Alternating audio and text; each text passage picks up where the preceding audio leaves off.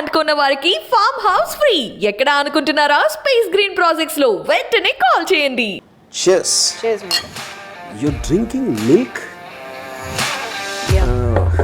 I thought milk is for kids. Are you a kid? Well, technically, I'm only 13.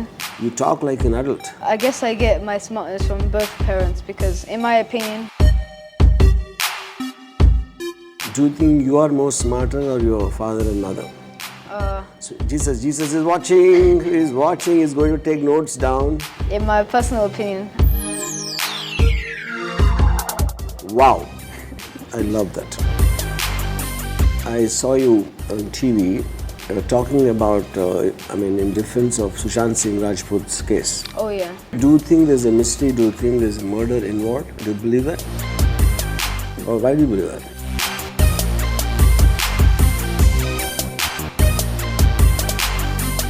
Are you a sadist?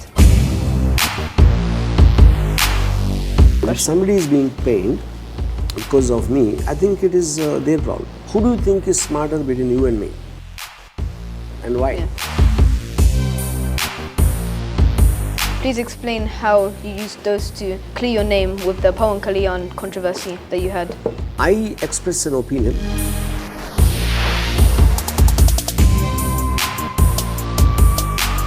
If you hate classical music, how come you enjoy such songs as Chandrunu Minchu and Shankara Paranam? Someone like Nandan Balakrishna, the flute player. His songs will put me to sleep in 30 seconds.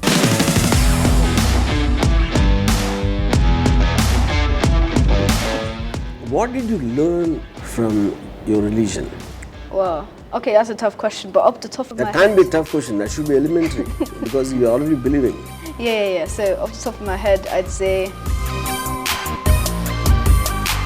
what's your obsession with women? An obsession with women because I think women are the.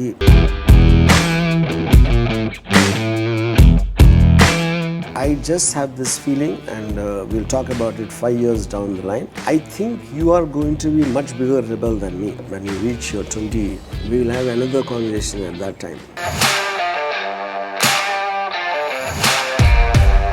Cheers. Cheers, man. You're drinking milk? Yeah. But I thought milk is for kids. Are you a kid? Well, technically, I'm only 13. It's not of adult age yet, so in a way, I am a kid. Okay, so are you looking forward to the time when you can drink vodka like me, or do you don't like people who drink alcohol? It's not that I don't like people who drink alcohol. I don't prefer alcohol. I don't really like But alcohol. did you ever drink? No. So how do you know you don't like alcohol? You don't prefer. It smells very not nice. What? Smells not very nice. Yeah.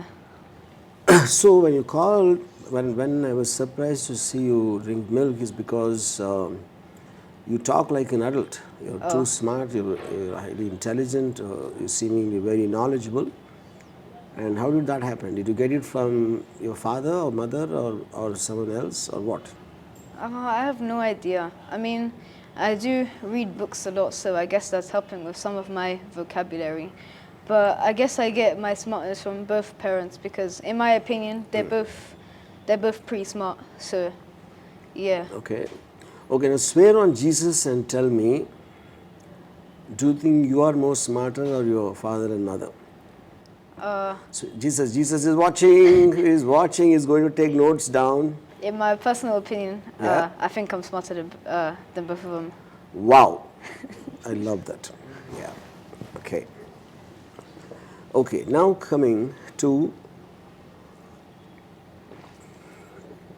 I've been seeing some of the songs you sang and some comments you made on various people. Various issues I made. Now, my question to you is, when you say you're only 13, you're a kid, fine.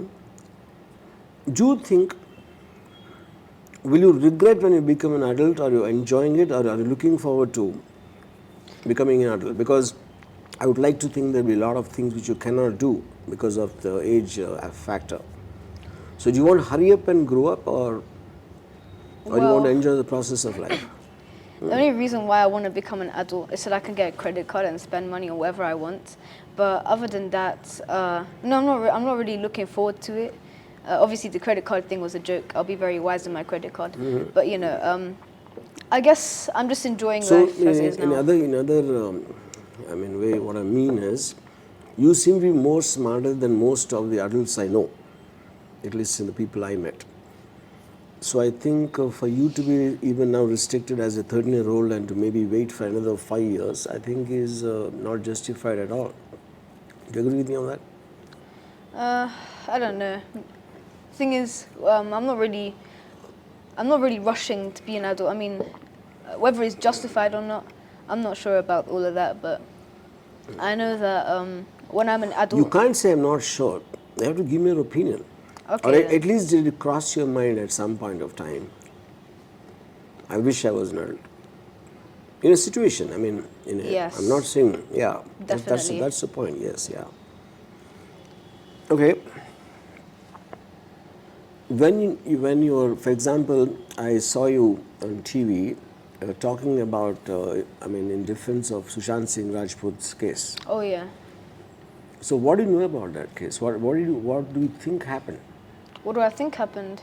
Okay, so Do you think there's a mystery? Do you think there's a murder involved? Do you believe that? yeah, I do. And why? Why do you believe that? Because everything was planned out so conveniently to make it look like But it that was. is what they've reported, isn't it? Yeah. So, like any TV channel, I think they would just say this is what happened. They're not authorized investigators. That's true. Unless it comes from a authorized police officer or a spokesman for the department, you can't take what is written in the social media or television at face value. Yeah. So with And this, you're technically 11 years old, I think. If you're 13 now, when Sushant Singh happened, you were 11. yeah, I was 11. So 11-year-old kid, just listening to reports. So you felt there was an injustice done to him.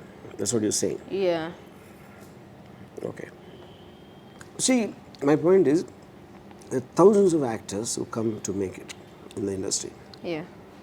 Not even 0.001% get a chance to act. On top of that, even much lesser will be able to become a lead actor. And he was a lead actor. He was not in the top 5 or top 6. So the top 3 or 4, they're accusing them of being favorites of nepotism. And which is the depression, which was a factor. They contributed to his suicide or whatever. I mean, the murder is another conspiracy completely, Yeah. So when you're already given so much, the fact that you're not still given more, do you think that is justification? It depends, you know. It depends if you worked hard, you know. Wait a minute, worked hard, how do you know that? How does anyone know? I don't know if you work hard, you don't know if I work hard. Nobody knows about anybody else. I guess you just have to trust, you know. 'Cause Okay, now the second point, now we're coming to the nepotism part. Okay. I believe the whole society works on only nepotism because unless the family fails, it's my son, my daughter, my family. That selfish aspect is very, very integral to the familial structure in a society. Like Dhirubhai Ambani, the most richest man in Asia, he gives all his wealth to his son. Why would he give it to you? Or why would he give it to my son? So your parents, whatever they do it for you. Why will they do it for neighbor's son? So that's exactly what operates in nepotism. So that whole thing is a highly exaggerated thing. Anyway, I would rather want you to ask me something. Okay. Yeah. So, all right. You might have seen some stupid things of mine, and maybe my bad films, or maybe me doing all kinds of antics on social media. I mean, you can go anything, you can ask anything. You don't need to restrict and... All right. I won't go too deep yet. I'm just gonna ask, that's your call. Yeah, I don't have a problem. Yeah, okay. I'll just ask you a simple question. What do you think the difference between intelligence and cleverness is? You see, cleverness, intelligence is obvious, your power to analyze things and Cleverness is because you have to understand you're talking to a dumb person. Because if he is not as intelligent as you, he won't understand what you're talking. So then you have to be clever and dumb down your intelligence to get some benefit out of him. Yeah. So in interaction, you need cleverness. For yourself, you need intelligence. That's how I see the difference. So which of the two do you think you possess? Me? Yeah, I think both. both. Why do you think so? But the cleverness comes out of intelligence. Intelligence is for yourself. It is a difference between expression and communication. If I can express what I feel, but communication is about expressing it in a way that you will understand. Or I might speak to you in one language, I might one way, I might speak to somebody else in a completely different way because I will tune it to that person's bandwidth. Yeah. So cleverness is being practical. No, intelligence can completely go wasted if you don't find a clever way to actually use it, apply it in the real world. All right, thank you. So, in my opinion, no matter whether you're clever or intelligence, in my opinion, you're the street smart. That's my I mean, opinion. street smart is exactly the same thing. Street Yeah. smart as a word is coming because there are people on the street and there's practical situations which you have to deal with, you know. Yeah. Street smart and clever, and this is just probably a more used word, street smartness, and because even if I'm not intelligent, if I'm not knowledgeable, I can still use street smartness to convince others that I know. Yeah. So, using cleverness and intelligence, please explain how you used those two to clear your name with the Pawan Kalyan controversy that you had. See, first of all, there is no such thing as a controversy. That's a media word. I express an opinion in whichever manner on something which is on the public domain. Okay?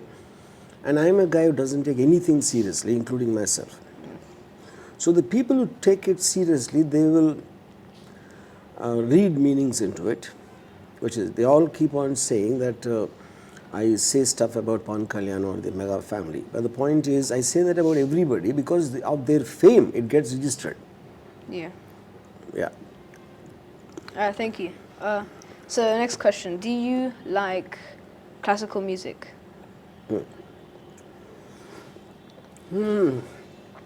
Are there anything I like actually?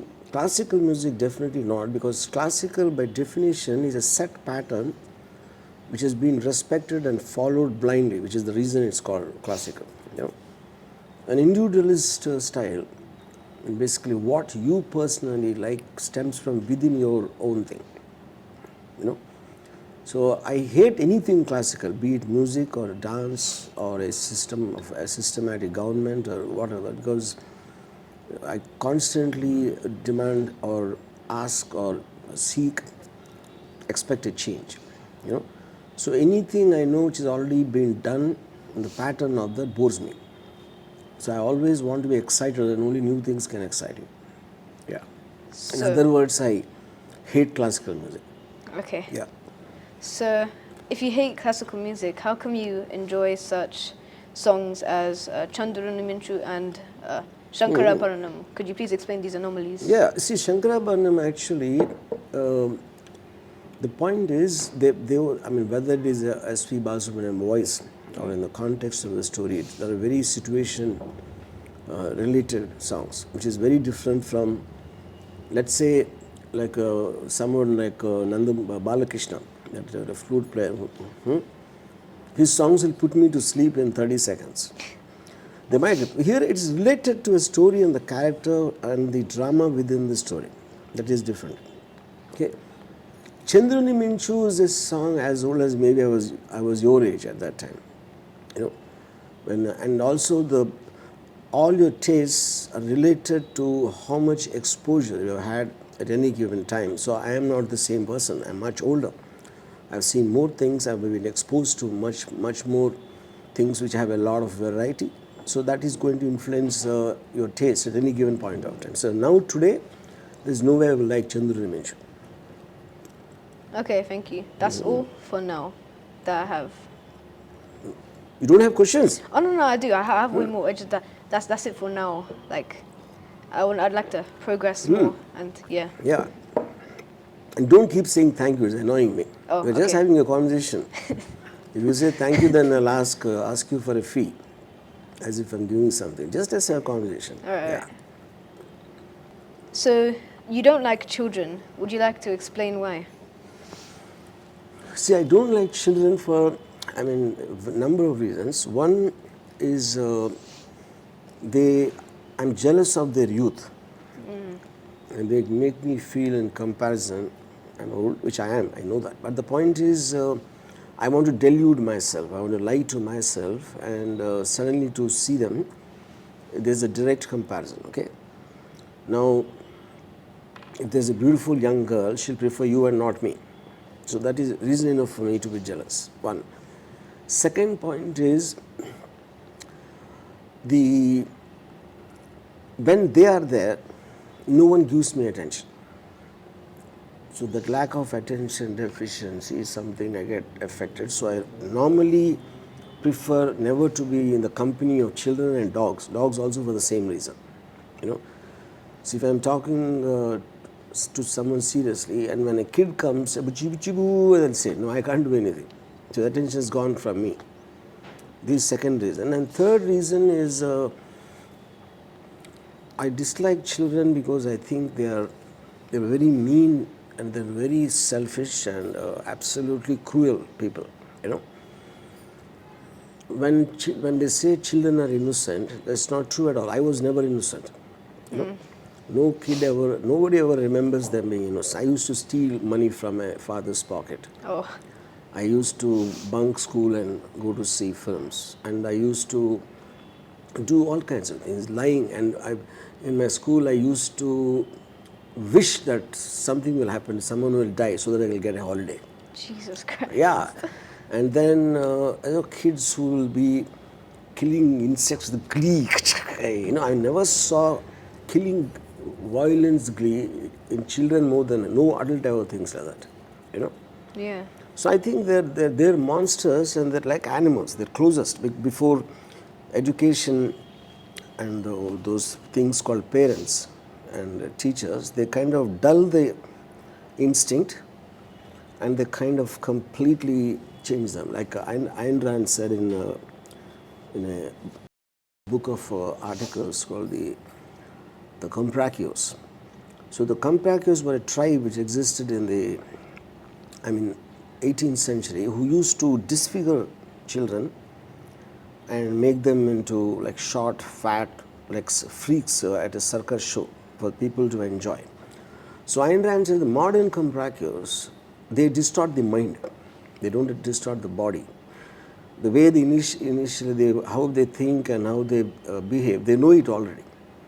But they force them to think otherwise unknowingly for the sake of society. They program them. Okay? So the chances of adults to be innocent is much more than children, because children are closest to natural instinct of an animal. You know.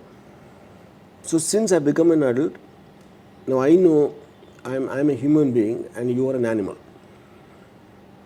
You know, animal I don't mean it just a life form in the context of them not adhering to something like a moral aspect or anything which is accepted, so that they're being made into sheep when they become adults. So the natural instinct animal will always be a danger, a threat, because you can't control it. So that's another reason I hate children. Yeah. So. And fifth, last reason I'll tell you is because one girl told me that you hate children because you're also like a child, about me. You know? And children don't like children. So that's one more reason. Yeah, because I think I was born old and I'm going on getting younger. And now I become a child. Reminds me of one movie I saw. There was this man, he was born as a very, very old man and he kept on getting younger. But that's besides the point. So, you say circus children. Would you say that their brains are messed up, that they act very wild outside of the circus? Children? Yeah, like the circus children. Like, you know, they're deformed and I mean, all see, that. yeah. I mean, at that time, the human beings were a kind of a a product to be used in any which way depending on because the might used to be ruling at the time.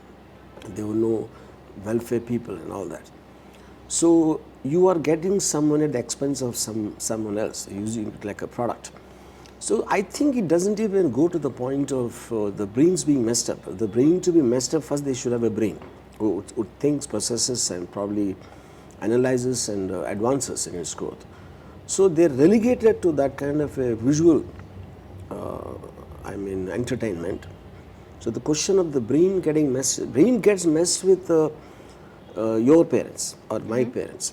Parents are the ones who mess up the brain and teachers join after that, yeah. So you seem to So mention... any child who's smart will never listen to his parents. So you mention teachers a lot. So with that being said, what's your opinion on teachers in general? See, teachers are the biggest failures in life, the most unsuccessful breed, because I'm not known of a single teacher who became successful in life. And they don't have and because of that, they waste most of their life in teaching morals in the classroom. You know, if a person's express thing is to move on towards life, why should he or she waste their time in teaching morals, teaching someone else? While on that topic, I want to ask you, so what is your goal in life, or what exactly, how many times did it change from the time you're conscious, in terms of, like when I was a kid, I wanted to become an auto driver. Why? Because I used to like the sound it makes, for example. At some other time, I wanted to become a forest officer because I like the forest. So depending on your exposure and your age, it keeps changing. Yeah. So right now, as a 13-year-old, what is it that you want to become? So when I become, I'm really into music. So I'm learning a little bit at school, but most of the time I'm doing random things on a program and making my own stuff, as well as singing, which I'm known for. But yeah, when I was younger, I wanted to be a policeman because I thought they looked cool carrying guns and stuff. Yeah. But it went back and forth from fireman to policeman until I was about 10. Then I wanted to do something cool like act or sing. Then I wanted to become a scientist. Now right now, talking about how you're spending your life. Do you have one goal? This is want to be at this time. It can change later. Yeah. As a 13-year-old right now, when we are talking at this moment, what is the goal? To get into the Guinness Book of World Records. On what? Singing the most, for being a foreigner, singing in most languages. Singing songs in most languages, yeah. Okay, but you can do that any which way, most languages, but there is a success factor related to it. You can right now take 1 month and probably go ahead and sing all languages. So how does that make any difference? I have no idea. It just seems like something cool to do, I want to be in Guinness World Records for any reason, So I might as well, I thought I might as well have that be See, the in reason. India, most of the people, they are in the Guinness Book because of the longest nails or longest hair. Those kind of things, no? But I'm surprised about the Guinness Book. Okay, I'll ask you professionally. Guinness Book can be a quality or something, but if it's a profession? As a profession? Yeah.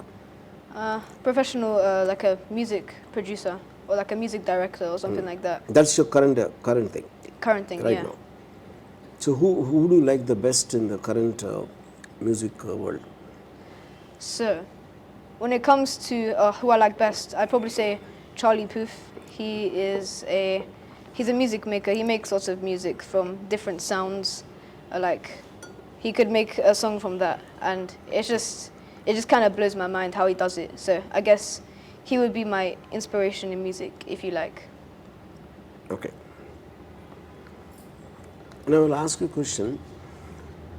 From the time you're born, okay, you first be spending most of the time with your parents, right? Yeah. Because you have no choice. And you didn't choose your parents.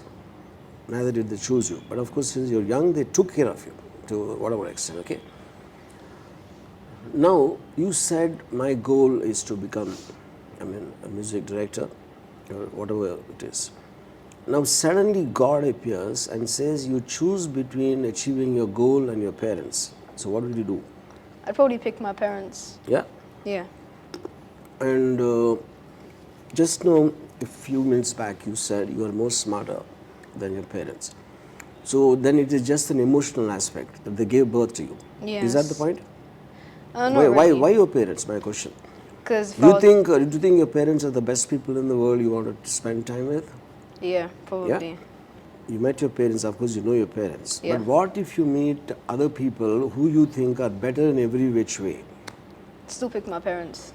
Yeah, but that is the reason I'm trying to establish it is just the emotional link, not about who they are. That's the point, right? Okay, before you were born, okay, if God has asked you, I'm giving you a choice between your parents, it tells the names, this is one couple living there, okay, and there's one more couple, probably they're much better than your parents in whichever way. It could be financial, their position, and you get the best of life from them. If God asks you to choose between these two, who will you choose? My parents. I have a very good reason for that there.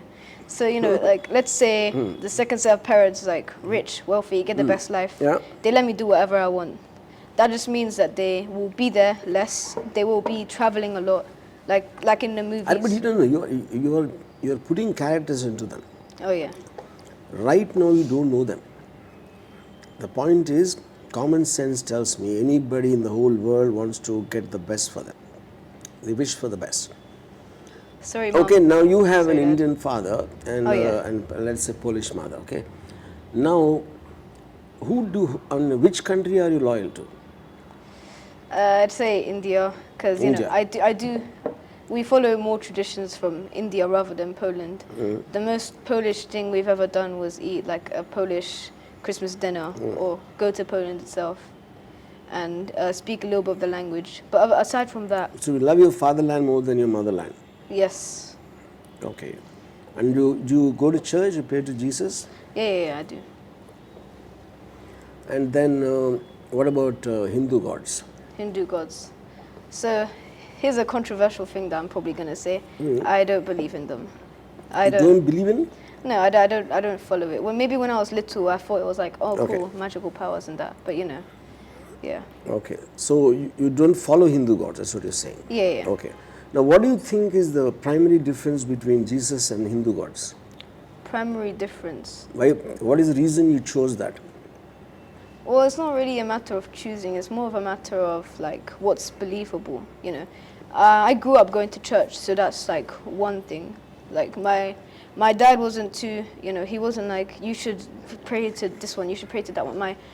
He more listened to what my mum said. There was a point of time where we went to church, like a Catholic church, and then we stopped. Then we started going back to a different church altogether, and that's where we are now. So during the time where I was 8 to 13, that's when I started kind of wanting to be a Christian. But before that, I thought all like the epics, like Ramayana and Mahabharata, I thought they were all like cool, because I always wanted to grow very giant and like punch sea monsters in the face and stuff. But yeah. So Ramayana and Mahabharata are like Marvel movies Yeah. to an extent. Yeah. Okay. So now, what did you learn from your religion as of today? If I ask you to tell me 3 points what you learned because of going to church or whatever. Well, okay, that's a tough question, but up the top of my That head. can't be a tough question. That should be elementary because you're already believing. Yeah. So off the top of my head, I'd say. So, for example, to prod you, I'll tell you why I hate religion and I don't believe in God, because it's not about believing is not the right point. There are billions of life forms, like insects to animals to human beings to everyone. Okay, and I feel it's being very egoistic to believe in God, thinking that He will do something special for you among all those billions. Yeah. So when God doesn't care about me, I also don't care about God.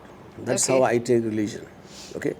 So in that context, what is it that do you think God will take care of you, or you're scared that if you don't abide by that, you might be punished in hell, or what? It's either there has to be fear or some reward.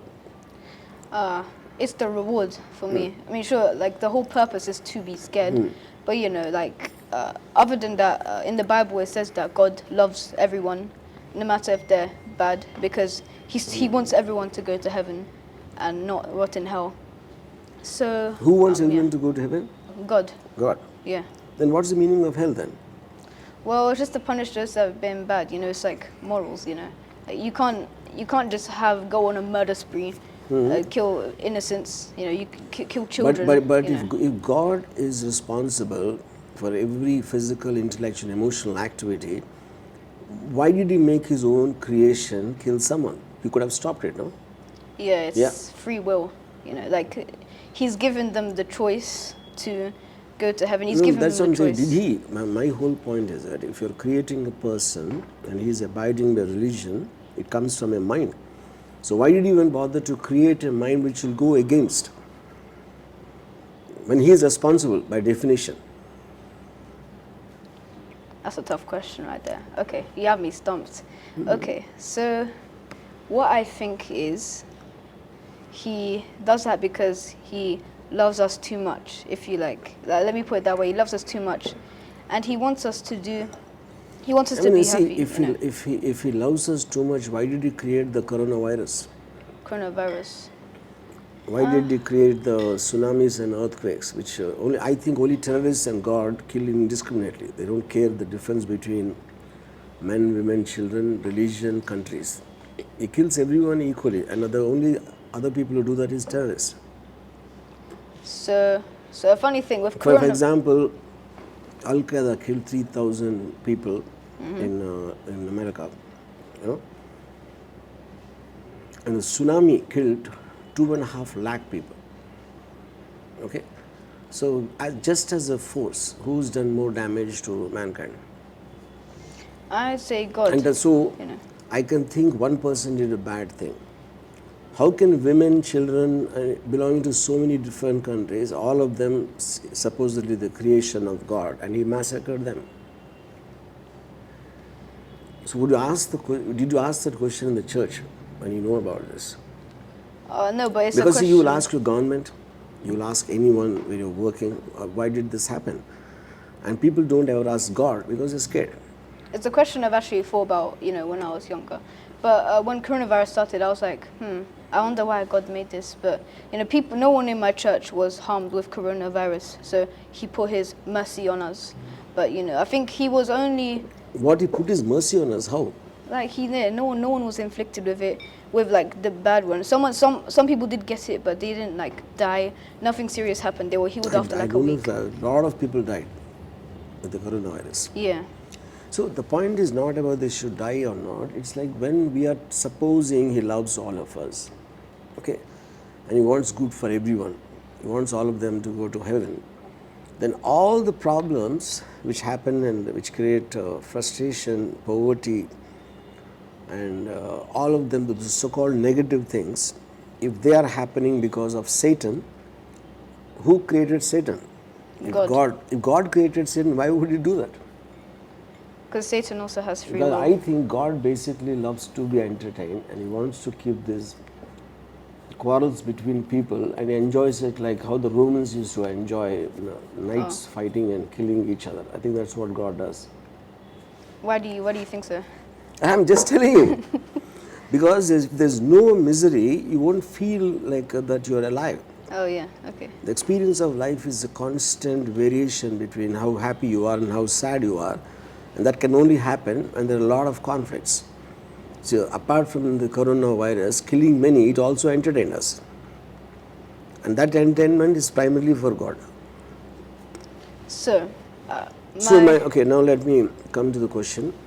If when you want to be a music director, you want to be in the Guinness book, you want to have something, let us say 5 to 10 goals you have, and you're also going to church every day, and you're probably praying for this to happen. And then when just before you die, you achieve none of these things, then will you hate God at that moment? No. No. Because I know. Because you're scared, then He might send you to hell. Oh no, not at all. You know, so if he does actually end me before any of that happens, God forbid, of course. But you know, in case that does happen, I would be happy because you know I get to go to heaven. I don't have to worry about all the bad things on earth. You know, I'm stress free. You know, and there are much more better rewards than Guinness Book of World Records or becoming a music director. You know, yeah, there are much more better rewards in heaven. But see, you're living for the purpose of having an objective which you already identified. Then how can you say that it's okay? I mean, you're okay with what you get. That's what you're saying. Yeah. Yeah, but that is being defeatist. Ambitious people don't do that. Oh. Yeah, people who make it in the life, they are relentlessly pursuing an objective. I guess in this case it's an anomaly. I mean, I would. Which means you're not desiring it with enough passion.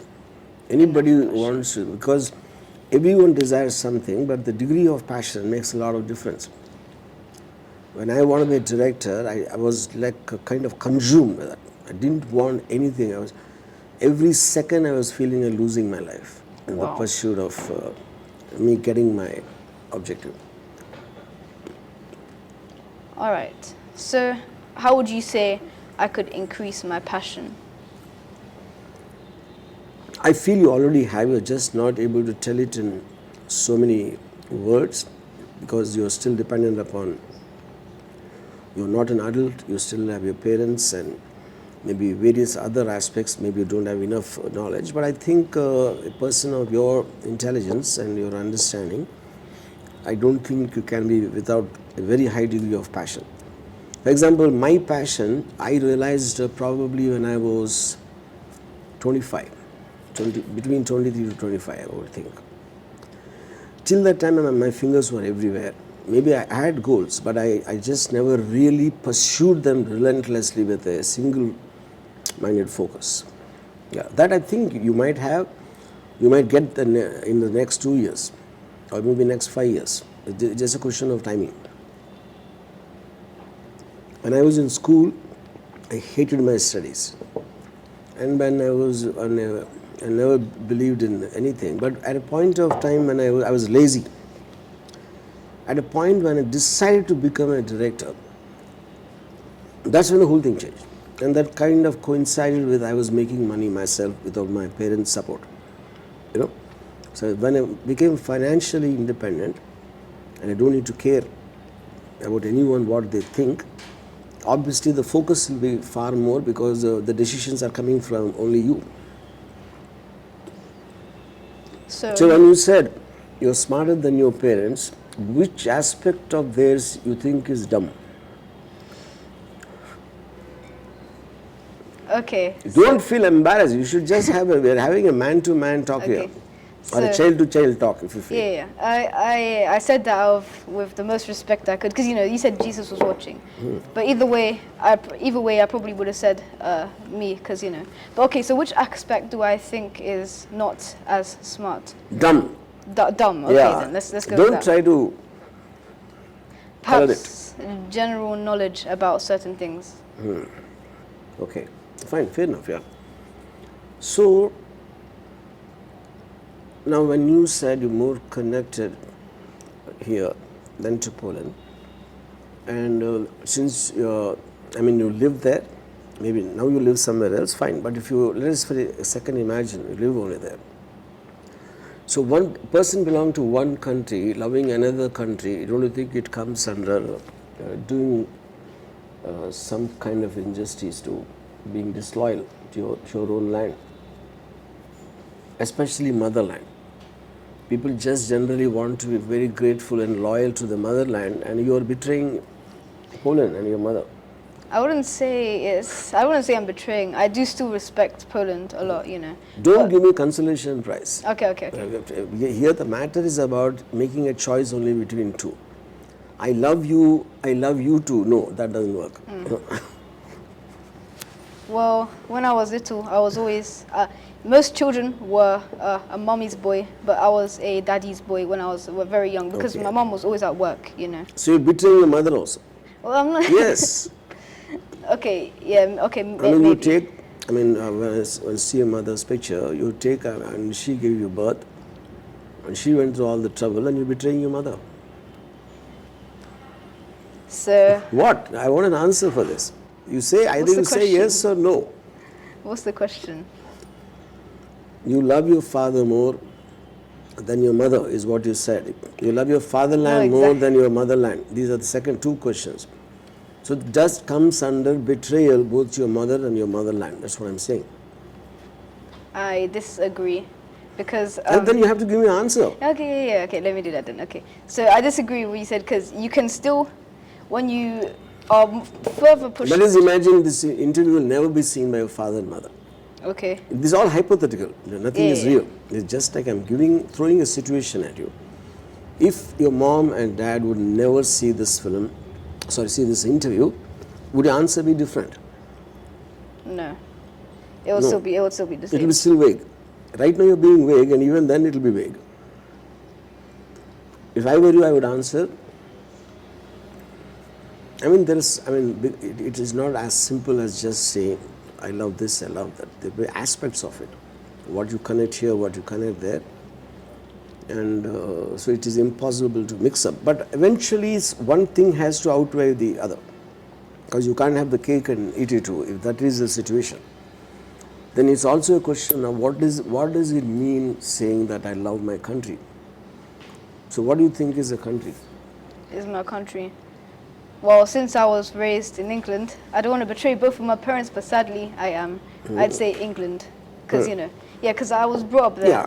Yeah. So that is being smart, because it's not about the country, to your sensibility, to your objectives, whatever you decided, which place suits you the most. For example, a lot of Indians go and settle in UK and USA. I don't think it's a question of they love the country or not. I think it's a question of what works for them best where. They might go to Timbuktu also if something is better there. You know. Okay, now in terms of do you love your parents because of the persons they are, or is it because they gave you birth and they took care of you when you were an infant or a baby or whatever it is? Is it the so if you do you love them for that, or actually the kind of people they are keeping you out of the equation? So is it like do I have to pick like either one or the other? Or? No, I'm giving you I'm asking you which quality is why you are so close and bound to your parents. Probably because of the kind of person they are, like No, kind of person they are means, first of all, in your age you would have not met. For example, if you are not, they were not your parents, they're people, and you meet someone else. And all of them, I would refuse to believe that you think in all the people only your parents are good persons or whatever persons you think they are. So the emotional bond that they took care of you with so much of love and thing, that should be the main factor why you would have an emotional bond towards them, isn't it? Yeah, that's true. But like a child, let's say I'm a completely different child. Eventually, any human being is being taken care of by the parents at the end of the day. Taken care is nothing but giving love and caring and feeding and giving him a good life, right? So that is the reason you love them, right? That means you're just being selfish because they're doing good for you. You love them, and what if your father used to all the time beats you up and your mother doesn't care about you? Then even though they gave you birth, will you still love them? Yes. No. Then it defeats the purpose. Just now you already agreed that because of the love and care, I love them. And I said when they don't give that, how can you love them even in spite of that? I'm a very confusing person. I have bonds with people, and that's based off of the friendship and how much time is spent with them and how many good memories we have and all of that stuff. So yeah, I'm a very confusing person. I have lots of opinions that contradict each other, but yeah. But that's the correct answer. But that is not the correct answer. Okay, I'll put it in another way. What if you are born to Osama bin Laden? Would you still love him? No. Yeah. Which means you're again making character judgments. It depends. It is a character judgment eventually, but he actually is given birth.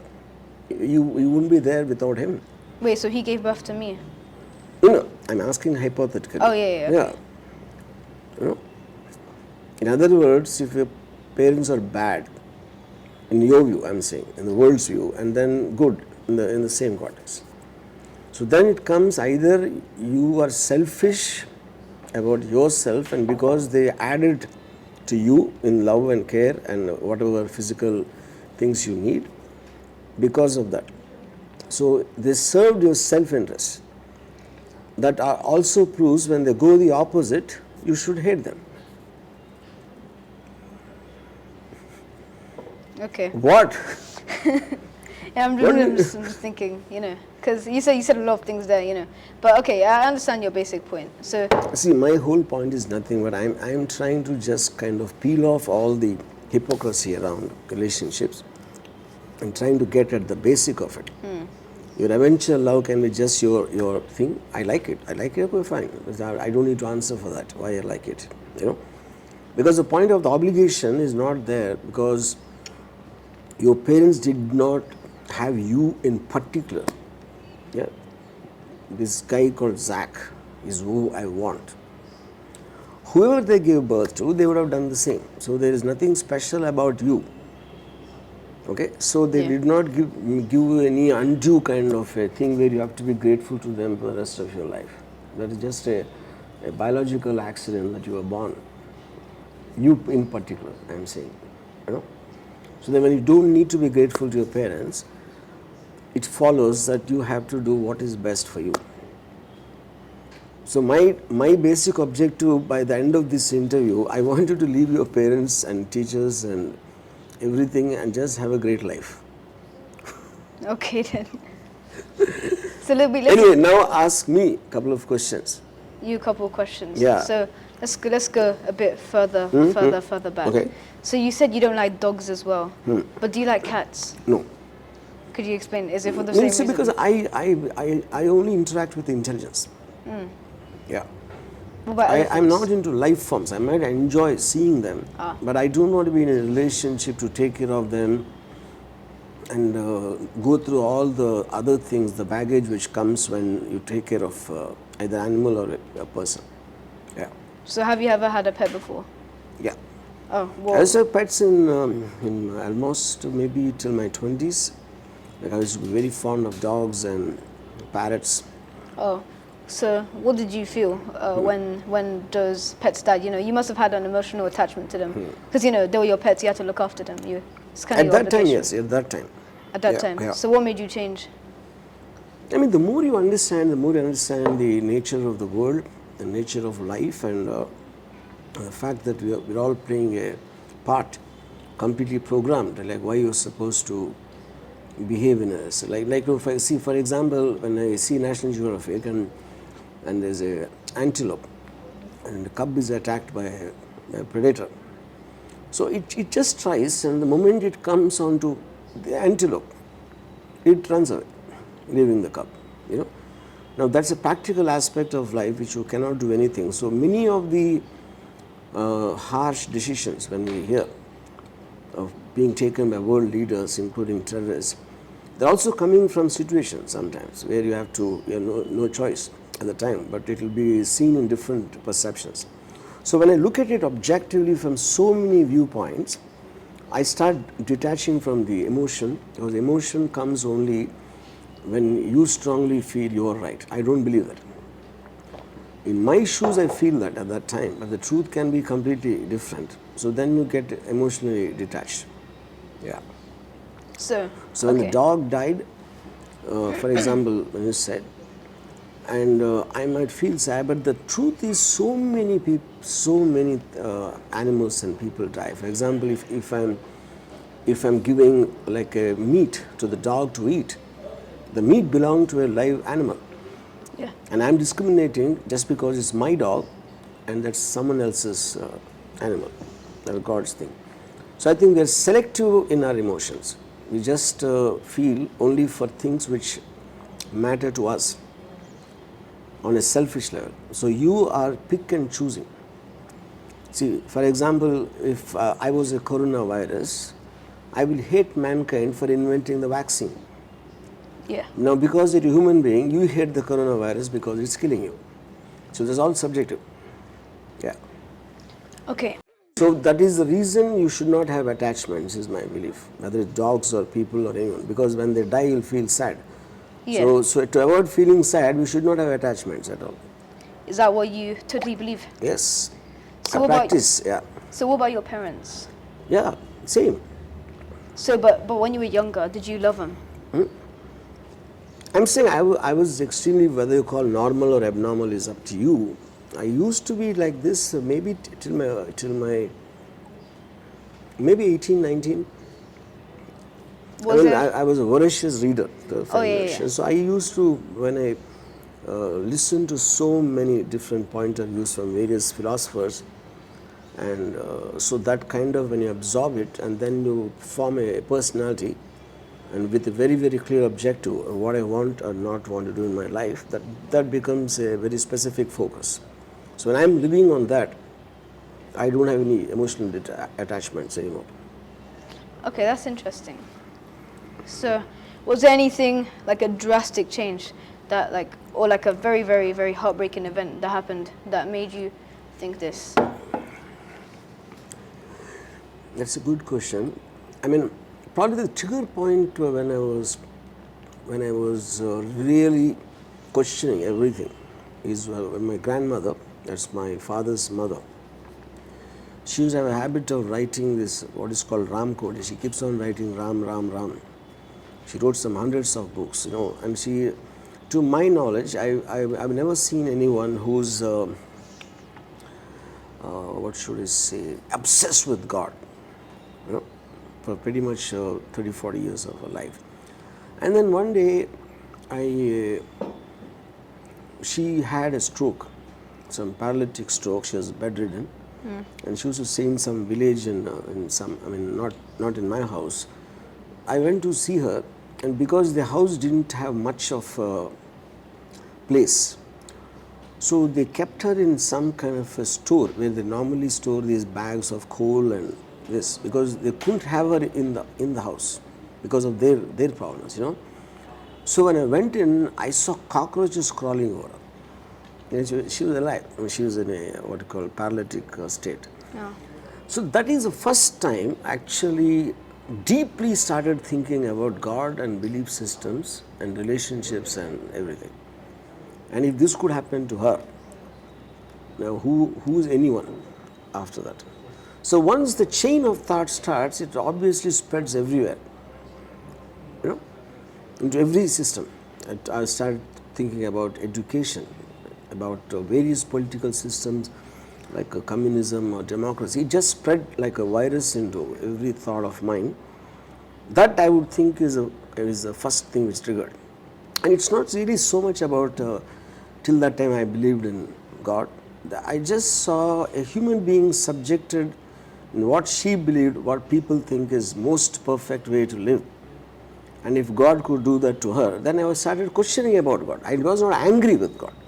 I was questioning the whole fundamentals of where that came from. So I saw in a few interviews that you're very, very practical. Like you get to the point. So do you think that practicality will change people for the better? You see, when I'm kind of faced with a problem, let's say, I just think of solutions. I don't think of the problem. I don't worry. What's the option I have?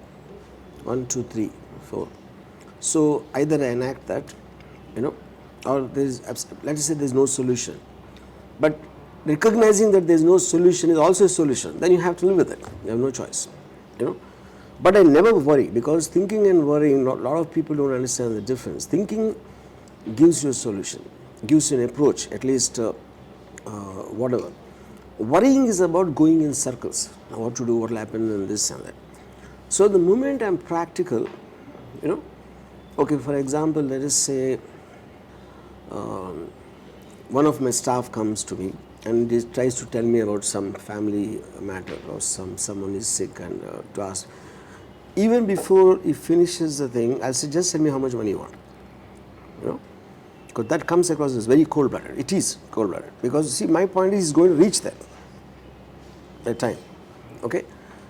And as long as he reaches there, I just want to jump the gun and get into the thing, which he might feel. But I will say, I'm really not concerned about what your personal problem is. I like you. And you are asking me, I take it for granted you will have a reason. And if I have the capacity, I'll do it. So I'm that cold-blooded. Because I don't want his problem to eat into my life, my time. That's the whole point, okay? So with regard to my practical, see, when I was so independent, when somebody asked me, if you're not married and you're not into family, what do you do when you reach a stage and age where you are no longer physically capable? I said, I'll die. I will commit suicide. And in a good way, because life is about living and enjoying. And the day or a stage or a situation comes when I can't do it, I'd rather die and see what happens after the death. I'm a very curious person. Just to live for the sake of living is something I don't, I can't connect. So since we're on the topic of life and death, what do you think happens when we die? I mean, I wouldn't say that this is what happens. I believe it doesn't make a difference whatever happens, because even if you go with the same mind or whatever you have, and since our consciousness technically should stop. My bigger problem about human being is now who's Jack, okay? Or who's RGV, who's someone. We are not us. It is a compilation of your thoughts and feelings. So if a guy called X dies, we'll always say X's body is being taken, X's body is being cremated, which means they're separating the person from the body. So the person technically is just like a formless thoughts and beliefs, Now why do they even need a body then? That's one question of mine, okay? So when you are upset with someone, you're actually upset with a certain summation of beliefs and this thing. You're angry with that person, That sounds very stupid. If formless things are hanging around and they just have a body for to identify that those are in this body. So the whole aspect of getting hurt, getting upset and getting any kind of a emotion, I think is fundamentally very ridiculous and stupid, which is the reason I don't feel that. So in the context of that, when it is formless and shapeless, and whether they leave the body and go, maybe they'll settle somewhere else. Or even if they are not there also, it doesn't make a difference. And the pain is a function of the body, not the mind. So when they leave the body, you don't feel the pain anymore. And you're not interacting with people, and people are the guys who create problems. So if you don't have people, and you don't have the body which creates pain, then technically you should be the most happiest when you die. And you can just fly around, and maybe you'll go to Pandora. Who knows? Nice. So, did I satisfy with my definition of death? Yeah. So you said, so earlier back, we were on the topic of worrying. So did you worry when you first started your career and you entered into your first controversial topic, that like the first thing that made you controversial? Were you worried then? I mean, because I always had this orientation, and that has come definitely from my reading more than anything else. When problems are like, if you think they are there, if you don't think they are there, they are not there. More simply put up, if like I said, if I get into the what is options I can do, if you get into that mode of thinking, everything is a solution. Like for example, I tell you, I was in my Bombay apartment in 2006-07, something like that. There was an earthquake in Latur district in Maharashtra. So I live in a duplex apartment, and I was just in the bed, sleeping, and I suddenly felt a shaking. And when I woke up, I saw the things moving, in my apartment, and I realized it was an earthquake. Now I don't know in how long I would think to take a call. The way it was doing, I was very sure that the building is going to collapse. That's what I thought. Okay. So to jump from the bed and to go out, and this is the 8th floor. For me to reach the ground, it is a hell of a task, and by that time I was very sure it would collapse. So I didn't want to make the attempt to escape, and I just sat calm and I wanted to listen to the sound of the building when it breaks. I actually did that. Wow. That is what I mean. When you don't have a solution from the problem, you should accept it and go by whatever happens. Would you say that that was the most coherent thing to do in that situation? Yeah, I mean that's the whole point. Like at a certain certain time when I was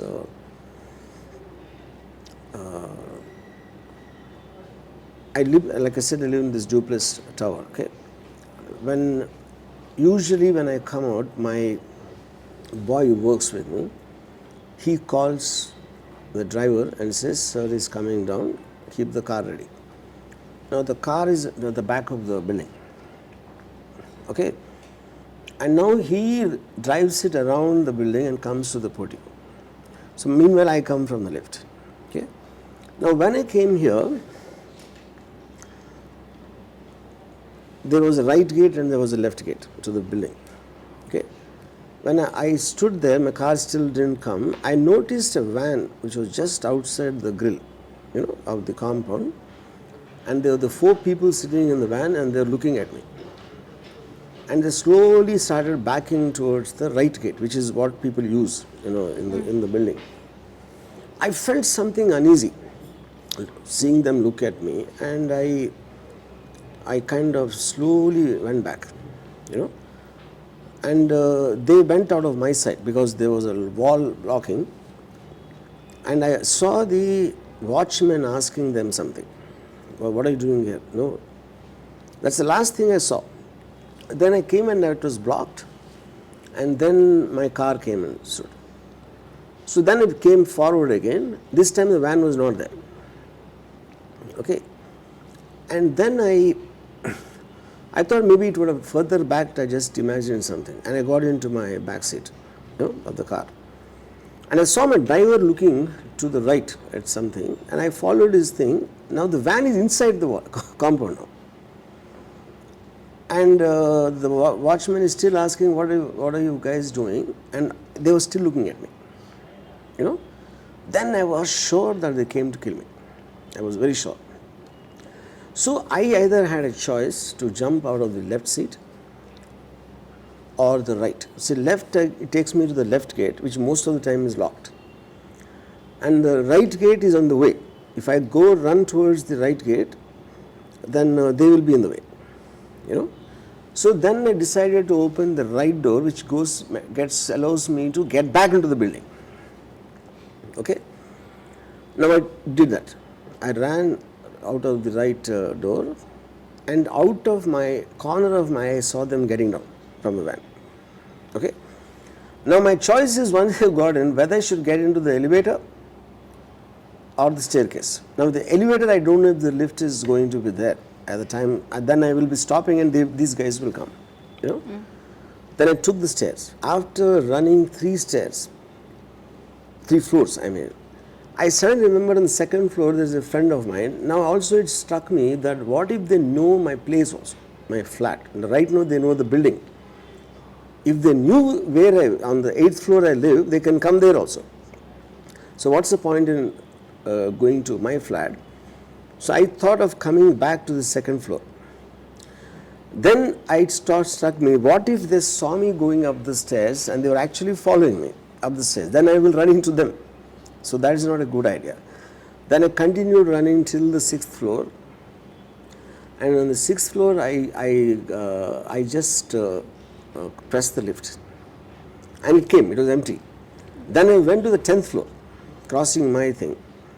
After 10 to the 10th floor, there was an apartment, and I knocked on the door, and they opened, and they were surprised to see me. They recognized me from my whatever, and I closed the door. Okay.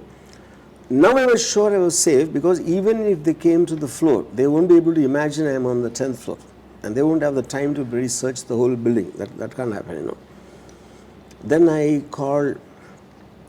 I wanted to take my phone, and my phone I forgot in the car.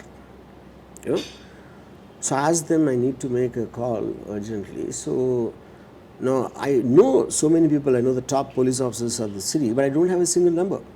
Now what will I do with the phone without any contact? Then I told that guy, I think some people came to kill me, so I need to contact the police. So then he said, let's call the control room, you know. And then I said, meanwhile, you just first call my driver. Do you have a driver? I asked him. Yes, you call him and ask him if my driver is there. Then his driver came. He said the RGV's driver is there. So he said he's right next to me. Then I asked him to give it to him. So after he gave it, I said, so what was that? This whole thing was happening in Hindi. He said, sir, they came to repair the lift repairman. And I said, why were they looking at me? I said, no, they recognized you. That's it. Now here, if you break up this entire thing, what fascinated me is I was rapidly thinking at such a fast pace, the right door, left door, lift or stairs, to come back to second floor, to go to 6th and then to 10th.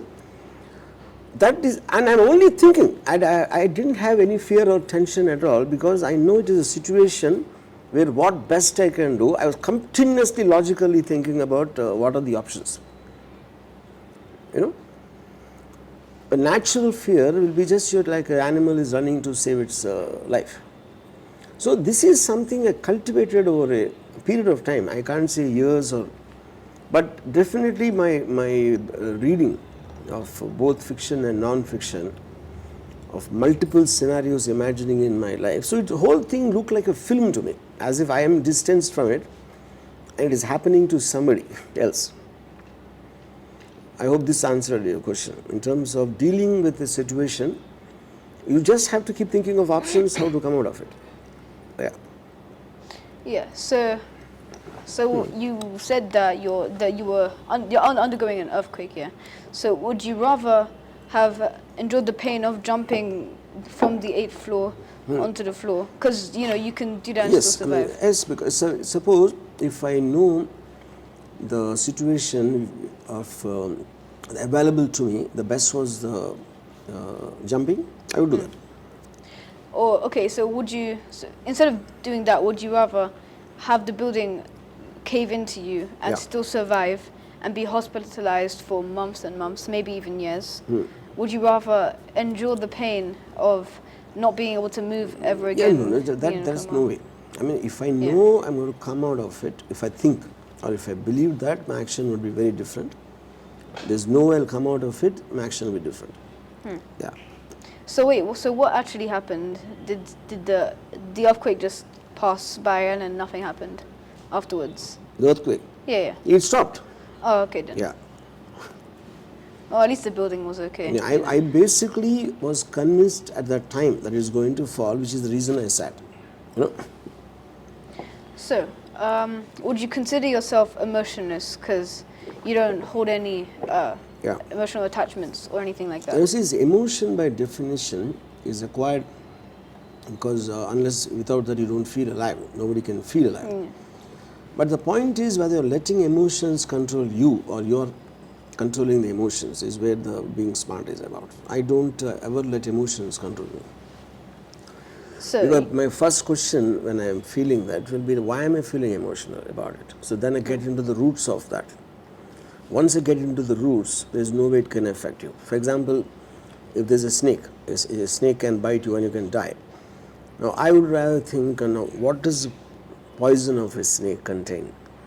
In terms of that, what is the speed at which it can travel? Whether it can hear or it can see properly. So my options are either I walk around it or I jump over it or I walk the other way or I kill it. All four I will do without any emotion. I will not feel fear. I will not feel anger towards the snake. Yeah. You mentioned before you're an voracious reader. So was there ever a time where you didn't touch books, or were you always you were always reading books, or No, yeah, I mean, I probably stopped reading books in the last 15 years, I would think. Is that your question? When I stopped reading? Oh yeah, the question was like, did you adapt to the reading, to your reading, or did you just do it from, like, from when you gained a conscious age and then you just kept on reading? No, no. I was started reading from my 5th standard, I think. By almost 9th or 10th, I finished the entire lot of James Hadley Chase. When I got into serious reading, maybe The Godfather I read at intermediate first year. Serious reading I started right from my engineering first year, like into philosophies and things, yeah. All right. So, in your opinion, which book? So when you were younger, so before the 5th standard, did you just dislike reading, or did you just feel No, I indifferent? was always a reader. I just used to, even as a kid, yeah. So, in your opinion, who is the most insipid author? Insipid. Yeah. I wouldn't read an insipid author. If it doesn't interest me in the first 2 pages, why would I read it? Okay, so but let's say that someone recommended you this author and you have no idea anything about him, and you want to continue reading that book because you want to know if there are more contents. I mean, I make up my mind in it and what I'm feeling when I'm reading it. Yeah. So before you mentioned that you didn't like children, but you have a child of your own. So Yeah, the same thing. So now that I say you liken someone as a person or because of a biological bond, there's a difference. I like her as a person, but she as a person doesn't, spending time and just on the bondage, it doesn't happen. Because probably in the last 5 years, I just exchanged a couple of texts once in 6 months. And she was here about 45 days recently, and I met her for 10 minutes. Yeah. So because there's no common topic, I don't have a problem. And most of the time, I prefer to spend in the company of highly interesting, extreme people because I gain something from it and I take a huge pleasure from that. So any normal people bore me to death. are you a sadist? No. Because see, the point is, what is sadist by definition is you're deliberately creating pain for your pleasure. You know? So I don't know if you're asking in that context, if somebody, if somebody is being pained because of me, I think it is their problem.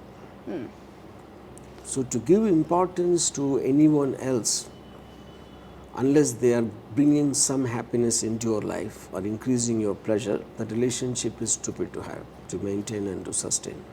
Yeah. So we're on the topic of relationships.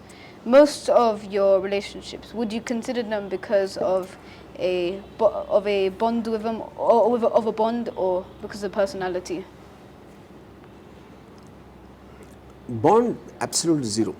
If I have a biological bond like a relative or a father, mother or children, that absolutely doesn't work for them. They have to simulate me, they have to provoke me, they have to make an interesting conversation, something I can learn from, or something I want to contribute depending on what I feel about that person's ability. I am talking to you now because of your personality, not because you're a kid. You know, if you are 40 or 14 or 8, it doesn't make a difference to me. Because I've seen children who are highly intelligent and adults who are highly stupid. So there's no correlation there. Yeah. So let's talk about your movies. What was the most entertaining movie for you? See, for me, this is difficult for a layman to understand. A film is nothing but a series of decisions you take over a long period of time. Okay, so for me, a film is never a film. There's some idea comes and it grows, and again I change it, I take a shot. So a compilation of that in a certain way, which takes over a period of time, the movie will be very different in my mind, because when I conceived it and I put it together, there cannot be something similar in that. So I'll always like a shot here, a dialogue there, a scene here. I can't see a film in totality, because at the time I conceived and by the time it released, my mind won't be the same, which is also the reason why I myself can't see that I made a bad film. Yeah, because it is been structured at random places and random thoughts. Yeah. Okay, interesting. So, what made you want to make films in the first place? I think because see, film is eventually a medium. It is not like I can talk to you, or I can write a book, or I can write an article, or I can tweet, or I can make a film. All of them are communicating something I'm feeling at that time. And cinema is the best because it uses the so many fine arts like the photography to music to dialogue to acting. All of them are amalgamating into a certain coherent vision that is happening through my channel. The kind of music I like is the kind of photography I like is the kind of characters I want to capture are what interests me. But I am not a primary artist. I'm using primary arts to amalgamate them to create an emotional impact on the audience. Yeah. So it is my desire to tell a story, to tell something interesting to somebody, to see his expression, his or her expression on what I communicated. I think that is the primary thing of being a filmmaker. Then it is just a medium to communicate that. Yeah. So, would you say the advance of technology has made it easier for you to write scripts? Yeah, absolutely, and absolutely, because I think every technology will have an impact on whatever anyone does in their life. Okay, now I want to ask you this question: if when you said that between you and your parents, whatever, now the fact after talking to me for this long, or whatever you might have seen of me in my interviews or something before, who do you think is smarter between you and me? Definitely you. Me, and why? Yeah. Well, first of all, you're older than me. Forgive me for saying that. But yeah, you're older than me, so you originally. And older means nothing, Yeah, because I always felt I was far more smarter than my parents, for example, or my grandparents. Age is nothing to do with it. Yeah. Now, if you say that you have accepted or you maybe agreed with some of the things I said, do you think you would practice them? Yeah, I think so. That is not correct, because I think everything is an opinion coming from things. This is what I did was I never followed, I never agreed with anyone. I took it as one of the inputs I have, and I cross-checked with various other point of views on the same discussion, and finally I measure it against what is it I want to be in my life, and does it get used to that? Is it useful there? For example, when in Hindus they say when you die and you do everything good here, and you go to heaven, you'll get Ramba, Urvashi, Menaka kind of angels. The reward they're giving you, sexual pleasure, and amruta. And amrutam cannot be apple juice or grape juice. It has to be some kind of an alcohol. So if you're nice here, you'll get them there. But I thought to myself, what if I go there and there's nothing? I'll be a fool for the whole of. So I'd rather enjoy that here. So for my convenience, I take every kind of a saying or a philosophy or anything, and I twist and turn it to suit my convenience. That is what I think the true input, which cannot be same for you and me, because you're coming from a different space, in a different age and time. And yeah, that's what I think should be practiced. So, as if sum total, is there any one question you want to ask me? What's your obsession with women? An obsession with women, because I think women are the only reason I think anybody, it makes it worthwhile to live, because everything else you are just doing it for either society's sake or whatever sake, and the fact that I don't connect to children and family and all that, the only thing which is left in the world for me right now as we are speaking is women. Yeah. So some reports that I've read would actually contradict what you're saying, because they say your films promote misogyny and all of that stuff. So what's your counter to that? Yeah. See, misogyny is a label, and I'm telling in crystal clear logic of why I do such things, I say such things. And if you cannot contradict the logic, you can fight an idea with an idea, not by condemning it. So when I'm so open with my reasons, if you can't say anything about that, so that is just like most people are comfortable in putting labels and setting them aside because they don't have the bandwidth to understand or the brains to think about it. So I have no problem. I don't have time to think about people who have time to think about me. Yeah, that's my one-line answer. Yeah. I do everything in the open. Most of my videos with women and all, I myself tweet it. It's not like someone managed to catch it in a spy camera and did that. Yeah. So that's my statement towards life. Yeah. So, what makes you so open about things like that? Yeah. Because one is I hate lying and being hypocritic, not because it's about a virtue. It's because it makes life easier when I can say what I feel like, and it makes whoever I'm related to in professionally, for example, they already know what to expect from me. I don't want to surprise them. I don't want them to find out. Whatever it is, I'm like an open book. I just keep it open. So then the relationships with regard to your profession or any way, they become faster and they're bonded more, because when you're always trying to outthink or outsmart or trying to figure out the other person, you live in a state of suspicion all the time, But when you open up everything, there is no question of that. Yeah, which is so to make things faster, to increase the quality of life, and I think they are the immediate and most important benefits of being open. Yeah. So, what's your opinion on those who don't follow the openness, who don't? I mean, Yeah. see, my simple line of thing is, my crude version of what Ayn Rand said: I will never live for someone else's sake, neither will ask anyone to live for my sake, which is what Ayn Rand said in objectivist philosophy. That is what I probably follow. So I live by my own rules and my beliefs, and me looking down upon it, I would only do it in terms of an explanation why that won't work or why that is wrong as an opinion, but I will not condemn them. Yeah. Okay. So, has directing a movie ever has being a director in general ever been a hassle at a point of time? Has dating been ever what? Has it ever been a burden? No, I just truly enjoy. That's probably I think I enjoy directing and women. These two would be my primary passions, I would think. With directing, what keeps you going? Is it the money? Is it the fame? No. I define success as you get up in the morning until you sleep in the night. If you're able to do whatever you feel like doing, that for me is success. I know many hugely moneyed people, they can't, because they're still scared of society, they're still scared of their family, they're all the time wanting acceptance.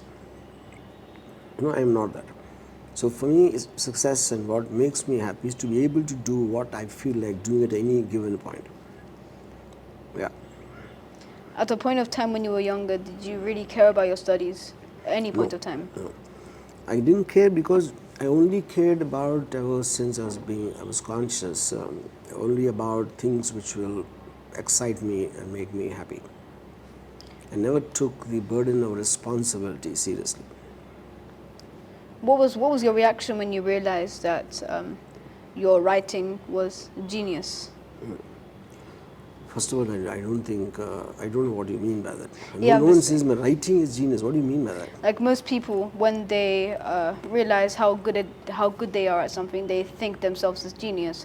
So I'm implying that in the question, See, in my view, there's no such thing as genius, because you're so programmed to believe in half-truths and lies, being hypocritical all the time.